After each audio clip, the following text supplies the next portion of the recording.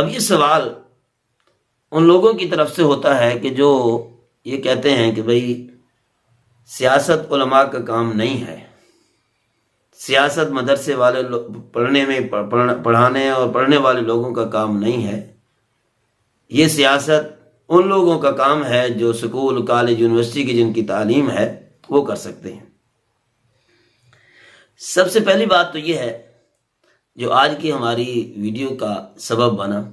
کہ علماء کا سیاست میں آنا کیوں ضروری ہے۔ ایک عالم صاحب نے اس کو بڑے اچھے انداز، ایک نئی ٹیکنیک سے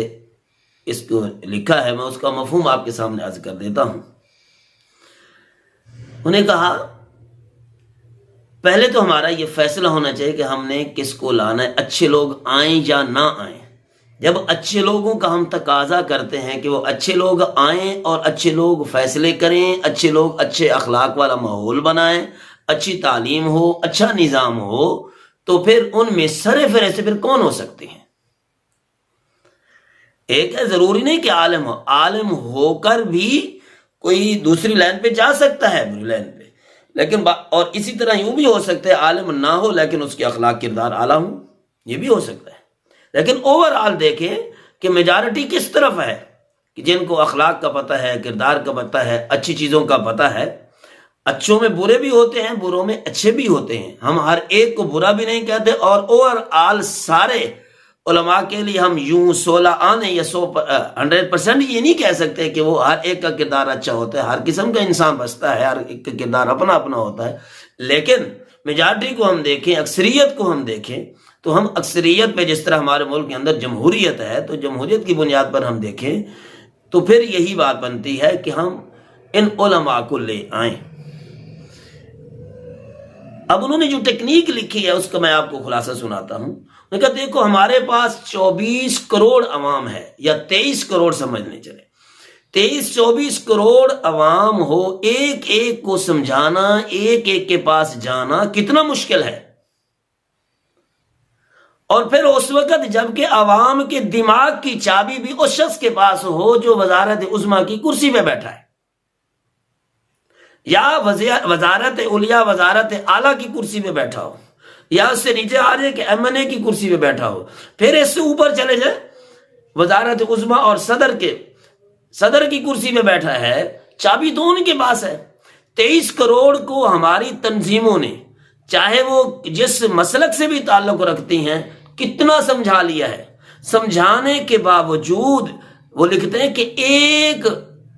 بدعت ہم ختم نہیں کر سکے اور ایک سنت پوری قوم کے اندر ہم رائج نہیں کر سکے، بلکہ اگر حقیقت کی نظر سے دیکھا جائے تو کسی گلی، کوچے، محلے، بستی، علاقہ، تحصیل، یونین تک بھی ہر ایک کو ہم اچھائی کی لائن پہ نہیں لا سکے۔ کیوں؟ کہ ہمارے پاس کوئی کھینچا تانی کی طاقت نہیں ہے، ہمارے پاس کوئی ایسا نظام نہیں ہے کہ کچھ ہم سختی کر سکیں۔ چابی اس کے پاس ہے، ہم ساروں پر محنت کریں، محنت کر کر کر کے ہماری زندگیاں ختم ہو جائیں، اوپر سے بیٹھ کر انہوں نے قانون تھوڑا چینج کرنا ہے، عوام کی دماغ کی چابی ویسے گھوم جانی ہے، تو ساری کی ساری کی ہوئی محنت رائے گاں اور ضائع ہو جائے گی۔ 23 کروڑ ایک طرف، دوسری طرف ہے چند 100، 600، 700، 800،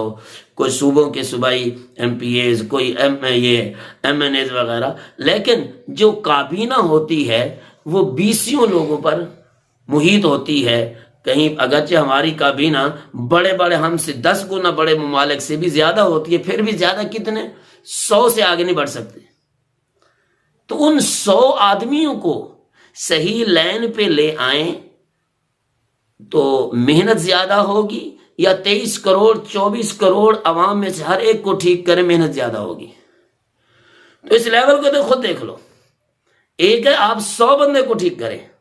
80 بندے کو ٹھیک کریں، کابینہ کو ٹھیک کریں، اور ایک ہے 24 کروڑ کے عوام کو آپ ٹھیک کریں، تو کتنی محنت کا فرق ہوگا۔ جب اتنے بندے ہیں تو اتنی محنت کا بھی فرق ہوگا۔ تو ظاہر بات ہے کہ جب تھوڑے آدمیوں کی اصلاح آسان ہے، ان پر ہم لوگ سارے مسلک مل کر، ساری تنظیمیں مل کر محنت کریں کہ ایسے لوگوں کو لے آئیں، یا جو بن سکتے ہیں امیدوار ان پر محنت کریں، ان سے حمایت لیں، ان کو حمایت دیں، ان کے ذریعے خود بھی ذرا ترقی کریں اور ہمارے ذریعے اپنے ذریعے ان کو ترقی دیں، یعنی کہ معاہدہ وائز معاہدہ کر کے کسی جگہ پہ خود حمایت کرو، کسی جگہ پہ ان سے حمایت لو، اس طریقے پہ کر کے آپ اوپر کی لیول پہ جائیں۔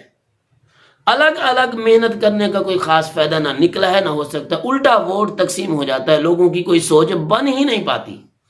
تو اس لیے 23-24 کروڑ عوام کو سیدھا کرنے کی بجائے، یعنی ان پر بھی محنت ہو، لیکن زیادہ محنت اس پر ہو کہ جہاں پر 100 آدمی ہیں، 80 آدمی ہیں، 50 آدمی ہیں، ان پر اگر ہماری محنت ہو جائے کہ جب ہمارے پاس چابی ہوگی، ہمارے پاس قانون ہوگا، قانون کے نفاذ کرنے کا ہمارے پاس اختیار ہوگا، پھر ہم لوگ قرآن و سنت کو نافذ بھی کر سکیں گے، ہم لوگ مخلوق کے عوام کی خدمت کا سوچ بھی سکیں گے، پھر ہم لوگ اچھے قانون بنا کے، اچھے تعلیمی ادارے بنا کے، یہ تعلیم گاہوں کا ماحول آج دیکھیں کس حد تک گرا ہوا ہے۔ ایک بیچارہ خوبصورت چہرے والا انسان،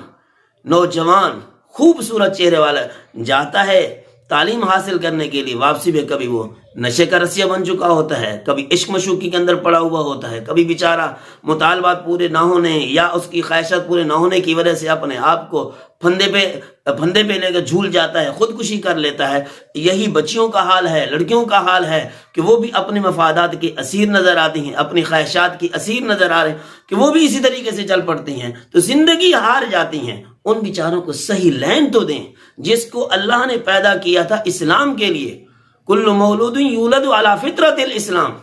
اب وہ بیچارہ یا بیچاری خودکشی کر کے جہنم میں چلی گئی، اپنے آپ کو گولی مار کے جہنم میں چلی گئی، یا وہ بد مذہب بن کے، بد فطرت بن کے، بد کردار بن کے اس دنیا سے چلی گئی آگے، اب جنت اس کو ملے گی یا دوسرا کھاتا ملے گا؟ تو جب یہ حالت ہے تو کون آئے گا اس نظام کو ٹھیک کرنے کے لیے؟ ظاہر بات ہے انہی لوگوں کو ہم بھیجیں جن کے پاس اخلاق بھی ہے، جن کے پاس کردار بھی ہے، اچھے لوگ ہیں، علماء ہیں، تو پھر انہی کے پاس چلے جائیں، ان کی حمایت کریں۔ جن کے پاس یہ طاقت آئے گی تو پھر وہ نفاذ بھی کریں گے۔ اب اس کی مثال آپ ہمسائے ملک افغانستان میں دیکھ لیں کہ جب وہ آئے، داڑھی پگڑی والے آئے، تو پھر انہوں نے کیسا نظام نافذ کر دیا؟ خلافت راشدہ کی یاد تازہ کرا دی۔ انہوں نے عوام کا پیسہ عوام پہ خرچ کرنا سب سے پہلے انہوں نے اپنا مقصد جانا، اور اپنی تنخواہیں مزدور کے برابر کر دی۔ ہاں تنخواہ مزدور کی بڑھے گی تو پھر وزیر کی بھی بڑھ جائے گی، وزیر اعظم کی بھی بڑھ جائے گی۔ یہ کتنی خوش نصیبی کی بات ہے اس عوام کے لیے۔ وہ روتے کم ہیں، لیکن جب روتے ہیں تو اللہ کے سامنے روتے ہیں، اور مخلوق کی خدمت ان کی سیاست کا مقصد ہے، مخلوق کی خدمت ان کی امارت کا مقصد ہے۔ تو ان کو دیکھ لیں، ایک ہمارے پاس دنیا کے اندر سیمپل ہے، اس سیمپل کو دیکھ کے پھر دیکھیں کہ ہم لوگ پہنچ سکتے ہیں یا نہیں پہنچ سکتے۔ پہنچ سکتے ہیں، ہمارے پاس ایک ٹپا ہے، ہمارے پاس ایک سٹیمپ ہے، اسی نشان پہ لگائیں تو انشاءاللہ 100 میں سے 10 نہیں 20 نہیں تو کچھ تو آ جائیں گے آئندہ دفعہ پھر، اور چلتے چلتے انشاءاللہ ہماری محنت رہ گا نہیں جائیں، کبھی تو آئے گا۔ اگر اس طریقے سے کرتے رہے جس طرح 70-80 سال گزرنے کو ہیں، پھر کبھی کچھ نہیں ہو سکتا۔ اس لیے ہر بندہ انجام دیکھ کر فیصلہ کرے۔ اچھے لوگوں کو لے آنا اس لیے بھی ضروری ہے کہ ان لوگوں کی اچھے نظام کے اندر، اس سیاست کے اندر داخل ہونا اس لیے بھی ضروری ہے کہ وہاں کے لوگوں کو درست کیا جائے، ان سیٹوں پر بیٹھ کر اچھے فیصلے کیے جائیں۔ اس لیے علماء کا آنا سیاست میں انتہائی ضروری ہے۔